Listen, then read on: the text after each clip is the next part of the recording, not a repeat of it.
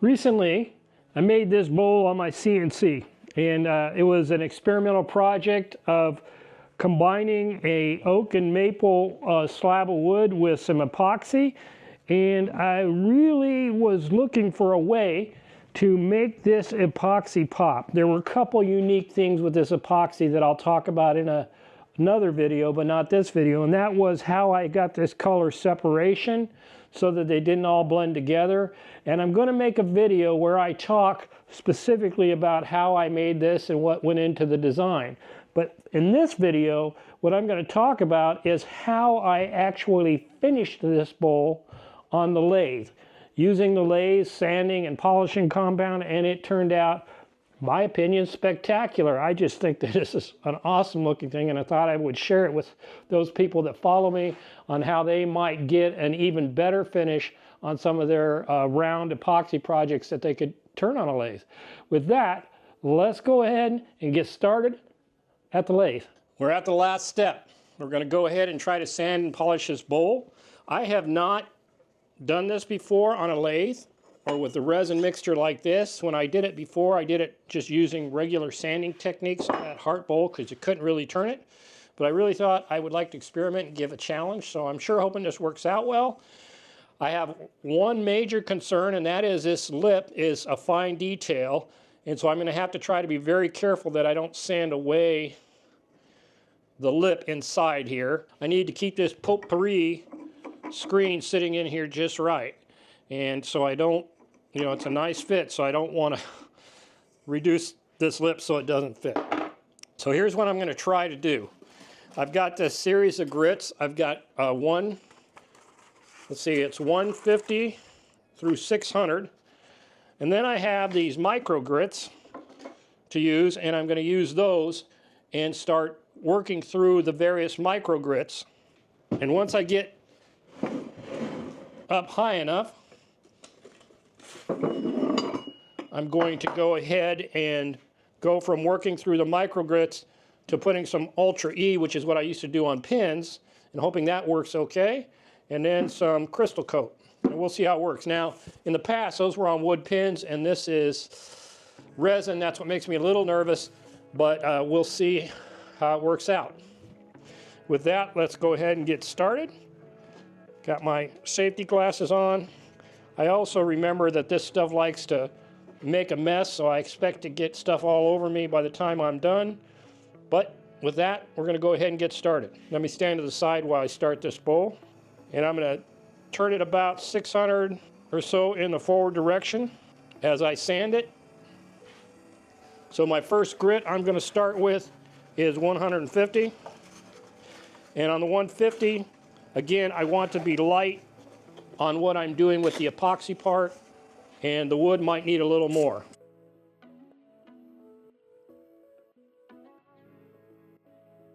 I can still feel it rough in here. I'm trying to stay away from the epoxy. There's a little more that I need to do right here in the center where I first turned it, and I think I might need to go down some grit and try not to spend much time over here. So I'm going to go down some grit here. Maybe I'm going to go down to 120 and see what I can do there. So I've got some Surf Prep sandpaper that I can use, and I'll go down to 120. First I'll wipe off the 150.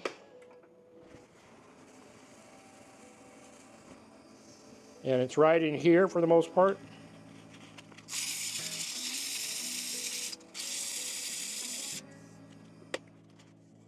Still a little more, a little rough right in here.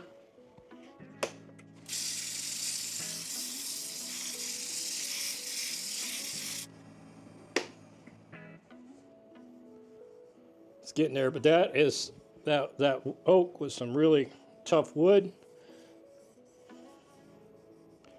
I actually may have to go down slightly more, like to 80 for this part right here. Okay, I've got some 80 mesh kind, or not mesh, but what is it? Net kind of like Abranet. I'm trying to stay as much off the epoxy as I can.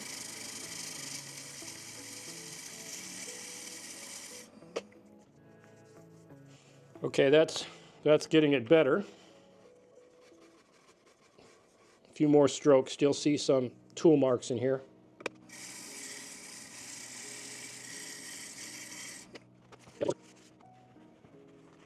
Still see tool marks all in here.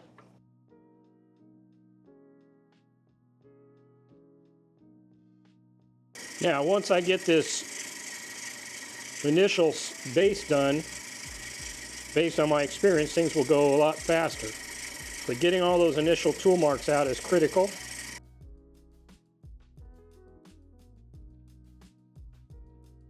Okay, that's coming along pretty good. Now I'm going to go on the inside here.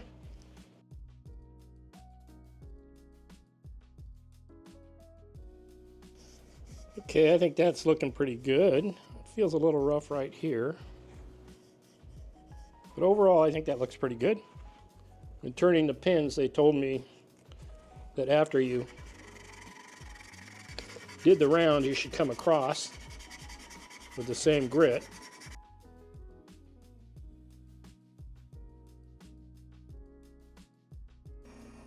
So now I'm going to go down to 120 grit.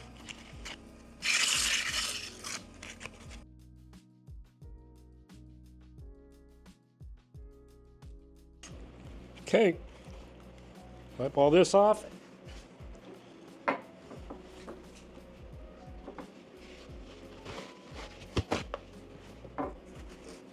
I'm going up to 150.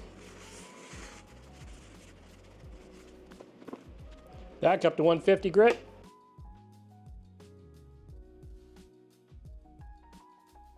This is a part I want to be careful of, that I don't take away a bunch of this.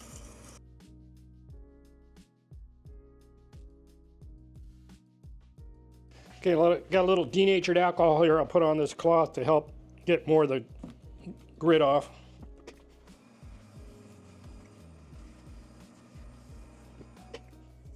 Give me a peek at how it's coming. Looks like it's coming pretty nice. All right, next stop will be this 240 grit.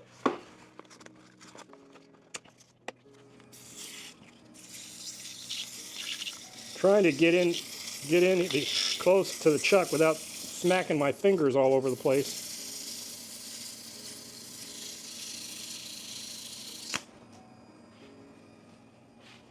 Can you tell I'm holding on lightly because I'm a little bit nervous?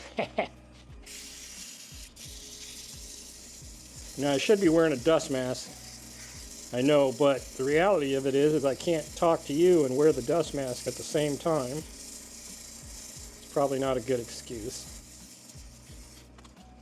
In fact, I know it's not a good excuse. Again, trying to be careful I don't remove much of that lip.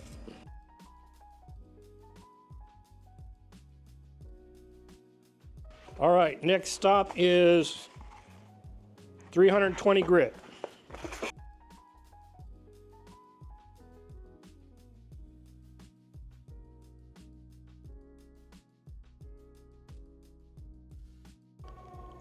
So that's what the bowl looks like after 320 grit. Next one is 400 grit.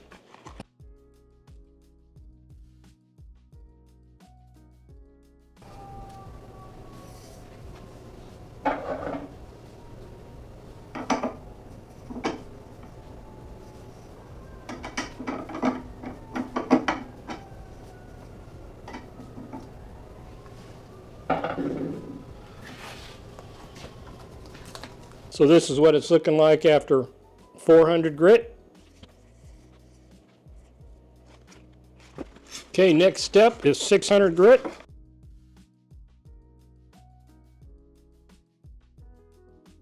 This is what it's looking like after 600 grit. Put some denatured alcohol on it.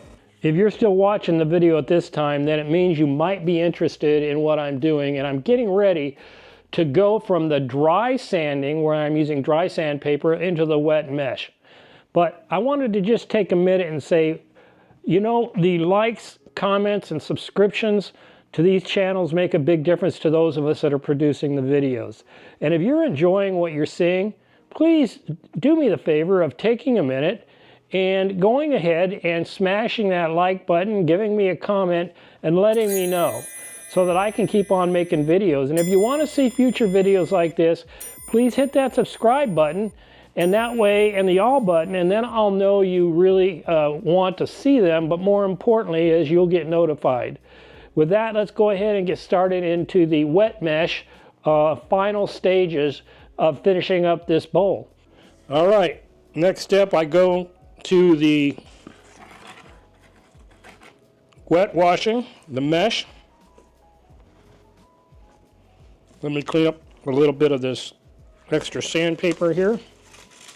So we're starting on the mesh sandpaper now.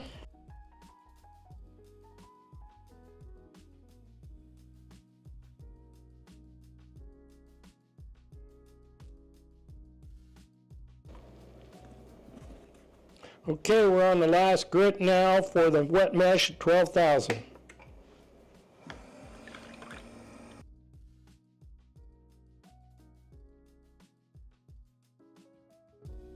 Well, the next step in this process is to put the polish and finish on this bowl. I'm pretty happy with how everything looks. The next step, I'm going to try something that I've used on pins before, and we'll see how well it works. I'm going to use some Ultra Shine, a triple E Ultra Shine, and then after I get that put on and buffed off, I'm going to go ahead and use some Hut Crystal Coat for the final finish. So that's the goal, and this is a friction finish. And I've used this on pins, but I haven't used it for maybe a year or two, so I'm trying to make sure everything's all shook up and mixed up. And this I have to do at higher RPM because it's a friction finish, and this I can do it lower. And so that's what I'm getting ready to do. So I'm going to spread a little bit around before I actually turn on the lathe.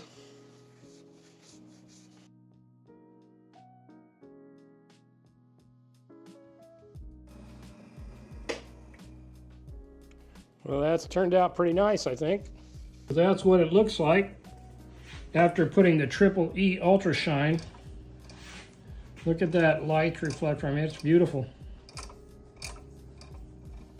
I like how it looks. The next step in this process is to go ahead and put on the polishing, the final polishing and finish, which is this crystal coat, and this is a friction finish. So that means I have to turn it up, and it's got to, the lathe has got to apply heat to it. So I'm getting ready to do that next. In the past I was using some blue towels, but I thought I'd go get some other paper towels because these may be a little softer, less abrasive for the polish. So I'm going to put some on here. Let it soak in there for a little bit. Turn on my lathe. Take it up to around 1300 based on the videos I watched, so we can get the friction. And here we go.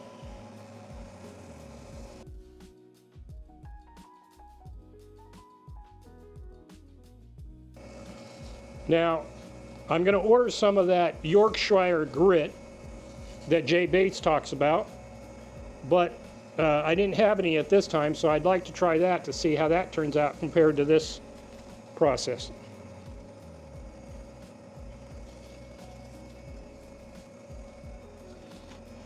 Now, I haven't sanded the bottom of this bowl at all, so we'll see what that looks like, but that's not as critical. Well, I'm pretty happy. I think this turned out pretty darn sharp.